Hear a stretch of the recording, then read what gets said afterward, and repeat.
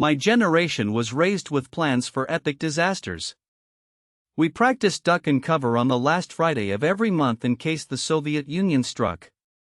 We had routes, plans, cars with earthquake kits. I had plans for fire. I was going to get the documents organized in our safe, pictures, my diploma, all manner of things. Those plans were made for waking up and smelling smoke. Oh no, the house is on fire. But that was not what was happening on January 7, 2025, in Altadena. What was happening was the Eaton Fire, as it would become known. To me, it was still a windstorm. I finished closing all the windows, starting from the third floor and heading down through the bedrooms. Familiar vistas, and the smell of smoke. That was new. Not that other fires in the foothills were smokeless. This time, it felt like Satan was having a cookout next door. To say I abandoned all thought of fighting the fire from my roof is an understatement. I became a fierce advocate of bugging out.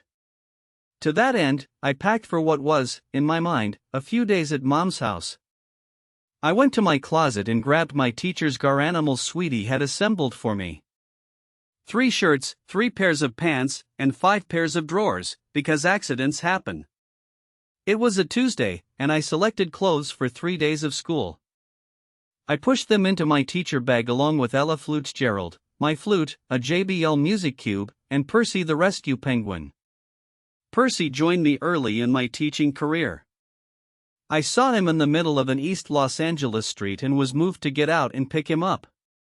He became an ambassador for frightened kindergarten kids who were not so sure about the big old half-scary black Santa substitute.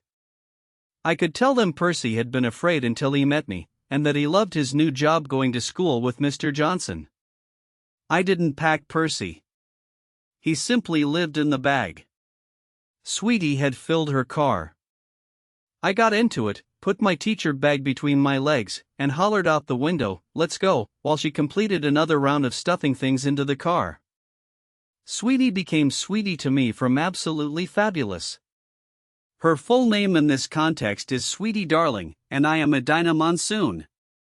I was fully Edina that night when she asked if I had lost my mind getting into her car and not my own. Was the HHR I used to ferry myself about empty? All I had was my teacher bag? I can look back now and see her recalculating what she would take, then directing me to fill my car. I made sounds like Bert falling off his blocks, but in less than 20 minutes I got my car mostly full of little gray boxes. I got into the HHR, and it didn't have any gas. I had to stop and get some. My soul sister had had enough of me. I left 12:55 and headed down the hill the same way I had for decades. To school. To work. To the movies on a date. West on Altadena Drive, past the Armenian school that used to be Altadena Crane's house, past the church where I was a Boy Scout, past the gas station where Cool Phil worked, and south on Lake.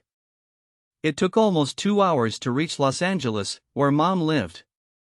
Tuesday, January 7th, had a tremendous wind event. Trees were down everywhere. Behind me, Altadena was burning. Maybe even my house. I didn't know. I waited for Sweetie to pull in behind me. She did, about 20 minutes later, telling stories of how close the fire was, and of burning dates from palm trees raining onto her car.